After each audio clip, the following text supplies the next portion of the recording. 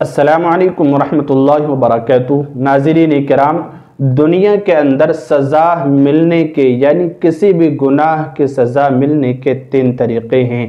اللہ رب العزت دنیا کے اندر اگر اپنے کسی نافرمان کو، کسی بدبخت کو، کسی نافرمان بندی یا بندے کو اگر دنیا کے اندر سزا دینا چاہتا ہے تو پھر ان 3 طریقوں سے سزا ملا کرتی ہے، جو میں اس ویڈیو کے اندر آپ کو بتانے جا رہا ہوں۔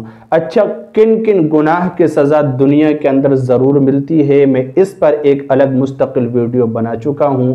اگر آپ دیکھنا چاہتے ہیں تو میں نیچے ڈسکرپشن میں لنک دے دوں گا، آپ وہاں سے کلک کر کے اسے دیکھ سکتے ہیں، ورنہ تو ہمارے چینل پہ جا کر آپ دیکھ سکتے ہیں۔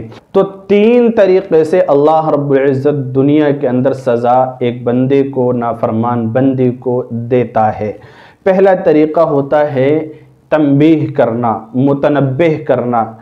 بسا اوقات ایسا ہوتا ہے کہ انسان کو چوٹ لگ جاتی ہے، کوئی سزا مل جاتی ہے، اچانک کوئی نقصان ہو جاتا ہے، اچانک کوئی بڑی مصیبت آ جاتی ہے۔ جب اس طرح کی وہ اس کو ٹھوکر لگتی ہے، جب نقصان ہوتا ہے، پریشانی آتی ہے، تو فوراً اس کو یاد آتا ہے کہ یار میں نے فلاں گناہ کیا تھا، فلاں میں نے کام کیا تھا، وہ فلاں نافرمانی والا کام کیا تھا، فلاں کے ساتھ ظلم کیا تھا، فلاں کا یہ دبایا تھا، اس کی سزا مجھے یہ ملی ہے، اگر وہ نہ کرتا تو شاید یہ نہیں نہیں ہوتا بعض دفعہ کہ انسان کو جب ٹھوکر لگتی ہے تو یاد آتا، ارے یار میں وہ نہیں کرتا، کاش کہ میں وہ نہیں کرتا، مجھے اس گناہ کی سزا مل رہی ہے، مجھے اس نافرمانی کی سزا مل رہی ہے، مجھے اس غلط کام کی یہ سزا ملی ہے، یہ دن دیکھنے جو پڑ رہے ہیں اس کی وجہ سے۔ تو یہ جو ہمیں یاد آ رہا ہے، اس کو کہتے ہیں تنبیہ کرنا۔ اللہ رب العزت کبھی کبھار اس طرح سے بھی بندے کو سزا دے دیتا ہے۔ حضرت علی رضی اللہ عنہ فرماتے ہیں کہ جس بندے کو دنیا کے اندر سزا مل گئی تو پھر اس کے لیے تو خوشخبری کی بات ہے، اس کے لیے خوشخبری کی بات یہ ہے کہ اللہ رب العزت اب آخرت میں اسے سزا نہیں دے گا، رحم و کرم کا معاملہ فرما دے گا۔ تو اگر ہمارے اوپر پریشانی آتی ہیں، مصیبت آتی ہیں، تکلیفیں آتی ہیں، تو پتہ نہیں یہ ہمارے لیے کون سے گناہ کی سزا بن کے آئی ہے دنیا کے اندر۔ سمجھ رہے ہیں آپ؟ پتہ نہیں کون سے گناہ کی اور کون سے نافرمانی کی، کون سے برے عمل کی ہمیں یہ سزا مل رہی ہے، اور جو ہمارے لیے نعمت ہے آخرت کے سزا سے یہ تو بہت کم ہے، بہت کم ہے، کچھ بھی نہیں ہے۔ قرآن کریم میں اللہ تعالیٰ نے فرمایا نا کہ ما اصاب من مصیبت فبما کسبت ایدیکم ویعفو عن کثیر، کہ دنیا کے اندر کوئی بھی مصیبت آپ کے اوپر نہیں آتی مگر وہ سب تمہارے ہاتھوں کی یعنی تمہارے کیے کا خود اس کا بھگتان ہوتا ہے جو تم اپنے اعمال کے سزا دنیا کے اندر بھگتتے ہو۔ اور اللہ تعالیٰ نے فرمایا وَيَعْفُو عَنْ كَثِيرٍ، اور بہت سارے تو میں معاف کر دیتا ہوں، بہت سارے معاف کر دیتا ہوں۔ پتہ چلا کہ چھوٹے موٹے گناہ کی سزا ہمیں دنیا کے اندر یہ مل رہی ہوتی ہے، اور ہم شور مچا رہے ہوتے ہیں کہ ہائے پیسہ نہیں ہے، ہائے دولت نہیں ہے، ہائے کام نہیں چل رہا، ہائے خوشی نہیں مل رہی، ہائے میرا مسئلہ نہیں حل ہو رہا، ہم یہ وویلا مچا رہے ہوتے ہیں۔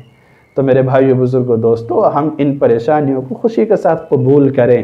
اللہ تعالیٰ نے ہمیں دنیا کے اندر ہی سزا دے دی تاکہ ہم آخرت کی بڑی سزائیں سے بچ جائیں۔ ایک واقعہ میں آپ کو بتاتا ہوں اور آپ اچھی طرح سے جان لیں گے کہ کس وجہ سے یہ ایسا ہو رہا ہے۔ حدیث شریف کے اندر ایک واقعہ ملتا ہے، ایک صحابی ہیں، ایک صحابی پیارے رسول صلی اللہ علیہ وسلم کی خدمت اقدس میں حاضر ہوئے، اس حال میں کہ ان کا سر پھٹا ہوا اور سر سے خون بہہ رہا ہے، سر سے خون بہہ رہا ہے۔ پیارے رسول صلی اللہ علیہ وسلم کی خدمت اقدس میں آئے اور اللہ کے نبی علیہ السلام نے پوچھا کہ یہ کیا ہوا، آپ کو کس طرح سے یہ چوٹ کیسے لگی؟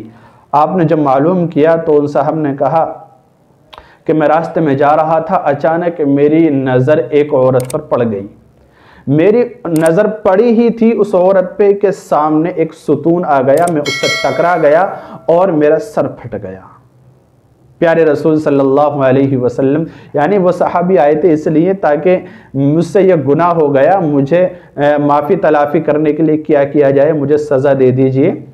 تو اللہ کے نبی علیہ السلام نے ان سے ارشاد فرمایا کہ تیرے لیے خوشخبری ہے، تیرے لیے خوشخبری ہے۔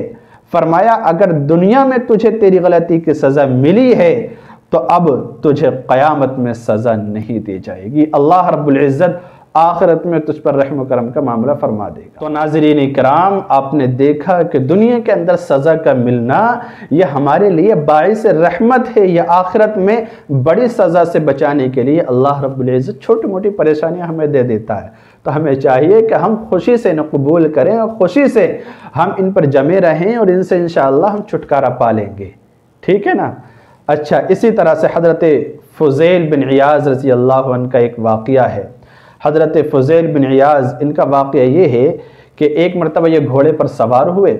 جب گھوڑے پر سوار ہوئے تو ان کا گھوڑا بدکنے لگا، ان کا گھوڑا بدکنے لگا، شرارت کرنے لگا۔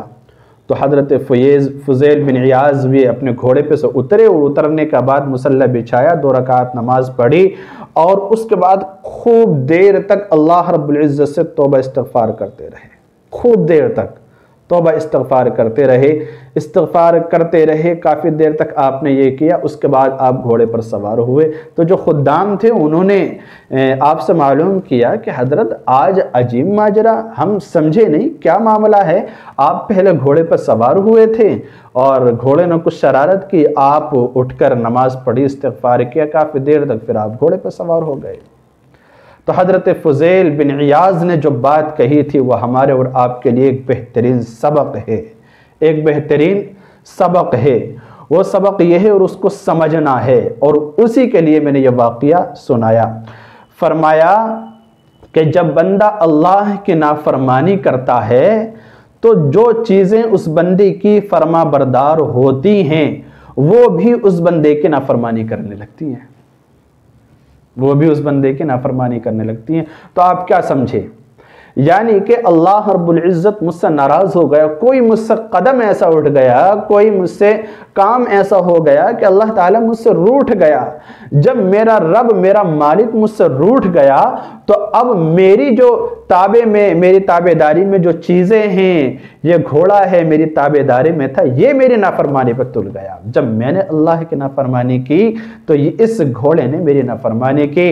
میں سمجھ گیا تھا جب اس نے شرارت کی اور یہ بدکنے لگا تھا کہ مجھے اپنے رب کو منانا چاہیے، تو پھر میں گھوڑے پہ سے اترا اور میں نے توبہ استغفار کر کے اب جب میں گھوڑے پر بیٹھا ہوں تو پھر یہ گھوڑا اب شرارت نہیں کر رہا، اب نہیں بدک رہا اور سکون کے ساتھ سفر طے کیا۔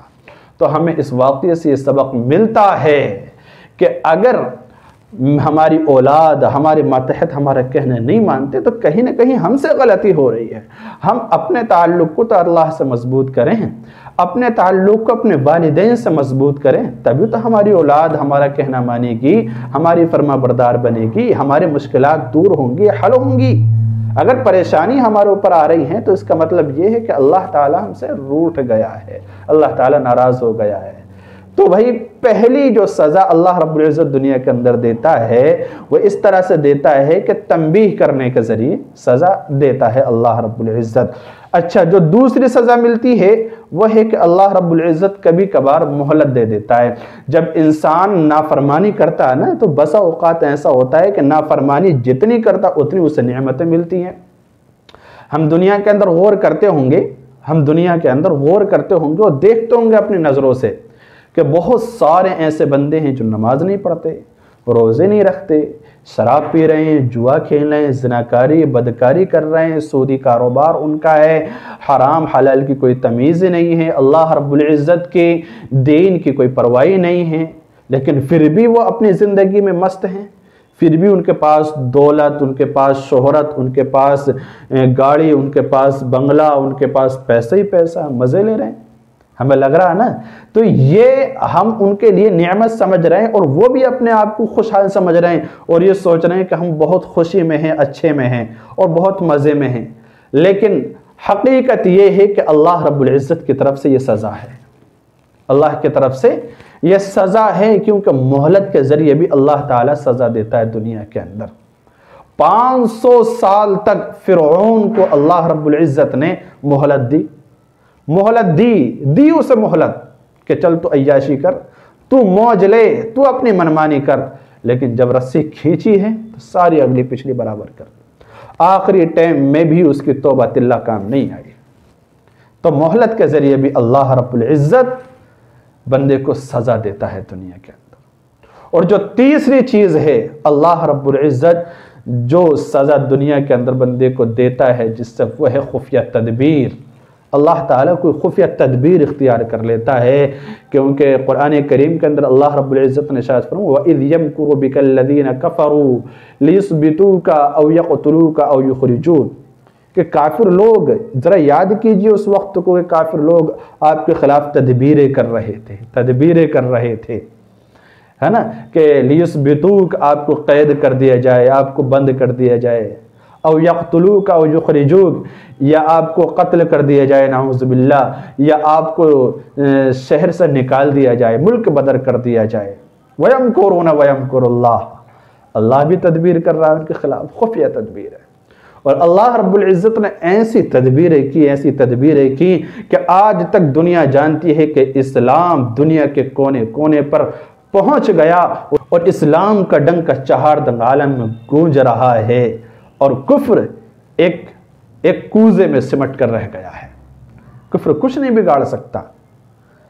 اور اس عرب کے سرزمین پر اس وقت میں غور کیجئے کہ ایسے حالات میں پیارے رسول صلی اللہ علیہ وسلم کے ذریعے سے جو دین اسلام پھیلا، اور صحابہ کرام نے جو پھیلایا پوری دنیا کے اندر پھیلا، کوئی نہیں روک سکا۔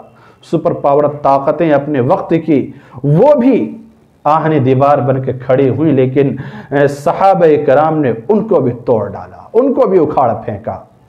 تو اللہ رب العزت خفیہ تدبیر اس طرح سے کرتا ہے۔ تو اور ہم دیکھتے بھی ہیں نظروں کے سامنے، بہت لوگ ایسے ہوتے ہیں نافرمانی پہ تلے رہتے، تو اچانک حالات پلٹا کھاتے ہیں، اور وہ جو تخت پر بیٹھ کر اپنی حکومت چلایا کرتے تھے وہ آج ایک ایک لقمے کو ترس رہے ہوتے ہیں۔ جو دوسروں کو کپڑے پہنایا کرتے تھے، صدقے خیرات کثیر تعداد میں کیا کرتے تھے، وہ آتا ہے ایک وقت کہ وہ جو ہے خود ایک ایک کتر کو ترس جاتے ہیں۔ تو اللہ رب العزت کی لاٹھی بے آواز ہوتی ہے لیکن بڑی خطرناک پڑتی ہے۔ اس لیے میرے بھائیو، بزرگوں، دوستو، اللہ کی سزا سے بچیں اور اللہ رب العزت کو راضی کرنے والے کام کریں۔ امید ہے بات آپ کو اچھے طرح سے سمجھ میں آ گئی ہوگی۔ اللہ تعالی عمل کی توفیق دے۔ السلام علیکم ورحمۃ اللہ وبرکاتہ۔